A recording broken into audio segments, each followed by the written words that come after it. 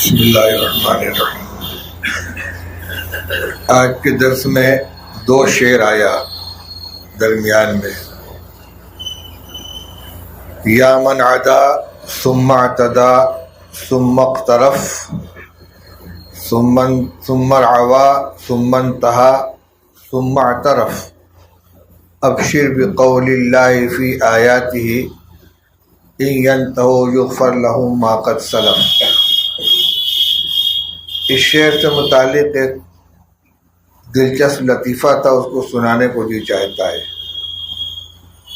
دارالعلوم میں ایک استاد فیض الحسین جموی، مولانا فیض الحسین صاحب جموی، عام طور سے لوگ ان کو فیض الحسن کہتے تھے، لیکن وہ بار بار تصحیح کرتے تھے کہ میرا نام فیض الحسن نہیں، فیض الحسین ہے۔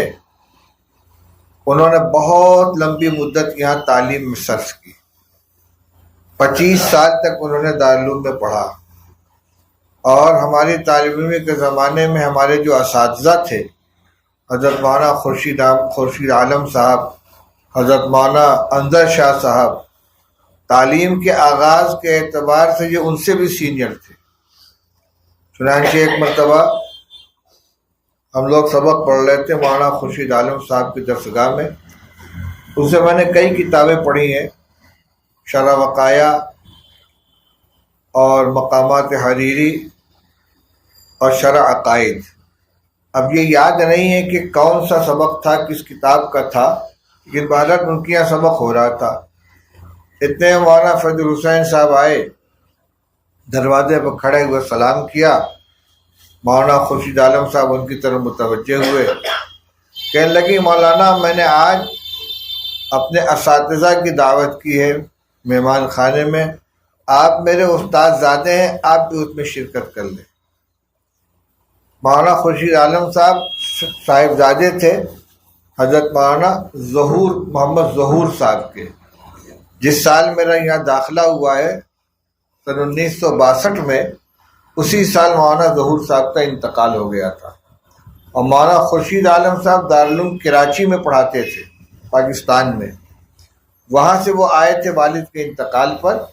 پھر حضرت مولانا قاری محمد طیب صاحب رحمۃ اللہ علیہ نے ان کو روک لیا اور وہ دارالعلوم میں مدرس ہو گئے۔ تو جب وہ چلے گئے وہاں سے کھڑے کھڑے، تو مولانا خورشید عالم صاحب نے فرمایا بھائی یہ مجھ سے آگے تھے پڑھنے میں، اور میرے والد مولانا ظہور صاحب سے انہوں نے پڑھا ہے، اسی لیے مجھ کو استاد زادہ کہا۔ دارالعلوم میں اس وقت سب سے آخری درجہ افتاء کا تھا، تو جو آدمی افتاء کر لیتا تھا اس کے بعد کسی شعبے میں داخلہ نہیں ہوتا تھا۔ انہوں نے کوئی چیز چھوڑی نہیں، جتنے درجات تھے تکمیل کے، دورہ معقولات، دورہ تفسیر، اس زمانے میں یہی نام تھا، دورہ معقولات، دورہ تفسیر، اور تجوید کے اندر حفظ ہے، سبع ہے، عشرہ، سب انہوں نے پڑھ ڈالا۔ شادی ہو گئی تھی، بہت سے بچے بھی ہو چکے تھے۔ مشورہ دیا اساتذہ نے کہ بھائی مولوی فیض الحسین اب بس کرو، تعلیم ختم کرو۔ تو انہوں نے دارالفتہ میں داخلہ لے لیا۔ وہ دارالفتہ میں ہم لوگوں کے ساتھی تھے، یعنی آغاز کے اعتبار سے میرے اساتذہ سے بھی سینئر تھے، اور اختتام کے اعتبار سے دارالفتہ میں ہم لوگوں کے ساتھ تھے۔ اور حضرت مولانا مفتی محمود حسن صاحب گنگوئی نور اللہ مرقدو کے یہاں ہمارا مشق اور تمرین کا گھنٹہ رہتا تھا۔ حضرت مفتی صاحب رحمۃ اللہ علیہ کا درس اور مجلس بڑی پربہار ہوتی تھی۔ ایک دن حضرت نے فرمایا کہ بھائی میں 2 شعر پڑھتا ہوں، سنو۔ یا من عدا ثم اعتدا ثم اقترف ثم رعوا ثم انتہا ثم اعترف ابشر بقول اللہ فی آیاتہ ان ینتہوا یغفر لہم ما قد سلف۔ فرمایا یہ ارعوا کون سا صیغہ ہے؟ ارعوا کون سا صیغہ ہے، کیا مادہ ہے، کس بات سے، کون سا صیغہ ہے؟ جو بتائے گا اس کو 1 روپیہ انعام دوں گا۔ تو مولانا فیض الحسین صاحب نے کہا حضرت کوئی نہیں بتائے گا، میں بتاؤں گا۔ حضرت کوئی نہیں بتائے گا، میں بتاؤں گا۔ حضرت بتائیے کہ کل بتاؤں گا۔ یہ کیا ہوا؟ خیر ان کی سب لوگ دلداری کرتے تھے، فرمایا ٹھیک ہے کل بتائیے گا۔ اگلے دن آئے، بتلا دیا کس باب سے ہے، کیا مادہ ہے، حضرت پیسہ دیجیے۔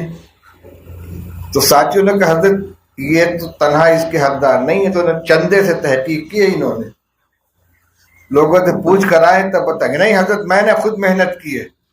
اچھا بھائی لڑائی مت کرو، پیسہ نکالا، فرمایا جاؤ گاجر کا حلوہ لے آؤ سب لوگ کھاؤ۔ اس شعر کا وہی شعر یہی تھا، یا من عدا ثم اعتدا ثم اقترف، اے وہ شخص جو حد سے آگے بڑھا پھر اور تعدی کی۔ لفظ کی زیادتی معنی کی زیادتی بدلالت کرتی ہے نا، تو عدا سے اعتدا زیادہ بڑھا ہوا ہے، گناہ گار ہوا اور آگے بڑھا، ثم اقترف گناہ کا ارتکاب کر بیٹھا، ثم رعوا پھر ڈرا، ثم اعترف پھر اللہ تعالیٰ کے سامنے اپنے جرم کا اعتراف کر لیا، ثم اعترف یا من عدا ثم اعتدا ثم اقترف ثم رعوا ثم انتہا، ڈرا اور گناہ سے رک گیا پھر اللہ سے اعتراف کر لیا۔ اے وہ شخص جس نے ایسا کیا، اب بشر بقول اللہ فی آیاتہ، خوشخبری قبول کرو اللہ کی آیات کی جو اللہ نے قرآن میں فرمایا ہے، ان ینتہوا یغفر لہم ما قد سلف، یہ قرآن پاک کی آیت کا ٹکڑا ہے، ان ینتہوا یغفر لہم ما قد سلف، کہ اگر یہ لوگ باز آ جائیں تو کس چیز سے باز آ جائیں؟ بڑے گناہوں سے باز آ جائیں، یغفر لہم ما قد سلف، تو ان کے گزشتہ گناہ معاف فرما دیے جائیں گے، معاف کر دیے جائیں گے۔ یعنی اعتراف جرم اللہ تعالیٰ کو بہت پسند ہے۔ ثم اعترف اخیر نے فرمایا، ثم رعوا ثم انتہا ثم اعترف۔ اور میں تو یہ عرض کرتا ہوں کہ یہ اعتراف دنیا ہی میں نہیں جو دارالعمل ہے، دارالجزا میں بھی یہ اعتراف کام آئے گا۔ حدیث میں واقعہ ہے کہ اللہ تعالیٰ قیامت کے دن ایک بندوں کو بلائیں گے اور اپنے سے قریب کر لیں گے اور قریب کر لیں گے اور قریب کر لیں گے۔ اللہ اس کے معنی کو بہتر جانتا ہے، یہاں تک کہ اس کے کاندھے پر ہاتھ رکھ لیں گے۔ جب کسی کو بہت قریب کیا جاتا ہے، اللہ کے شان کے مناسب جو اس کا معنی ہو وہ مراد ہے۔ پھر اللہ تعالیٰ اس سے کہیں گے بندے تو نے فلاں گناہ کیا تھا، ہاں پروردگار، فلاں گناہ کیا تھا، ہاں پروردگار، فلاں گناہ کیا تھا، ہاں پروردگار۔ ایک ایک کر کے اس کے گناہوں کا تذکرہ کیا جائے گا اور اس سے وہ ہر ایک کا اعتراف کرے گا کہ ہاں اللہ، ہاں پروردگار، مجھ سے یہ غلطی ہوئی، یہ غلطی ہوئی تھی، یہ غلطی ہوئی تھی۔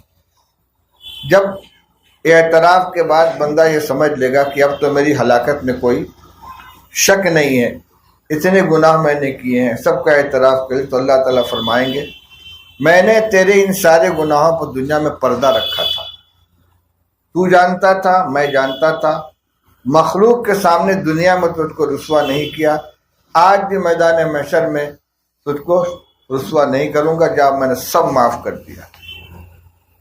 بلکہ بعض روایات سے تو معلوم ہوتا ہے اولئک یبدل اللہ سیئاتہم حسنات، جتنے گناہ تھے ہر گناہ کے بدلے ایک نیکی دے دی جائے گی اس کو۔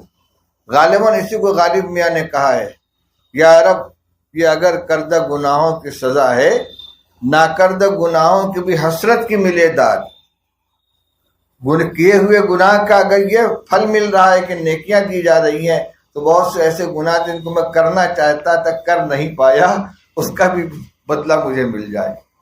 میں یہ کہہ رہا ہوں کہ آخرت تو دارالجزا ہے، لیکن وہاں اللہ تعالیٰ کے کرم کو متوجہ کرنے کے لیے جو معاملہ کیا جائے گا اس میں بندے کا اعتراف جرم بھی شامل ہے، اور یہ تو روز اول سے ہے۔ جنت میں ایک چوک ہو گئی حضرت آدم علیہ السلام سے، ایک درخت کا پھل کھانے سے منع کر دیا گیا اور انہوں نے کھا لیا۔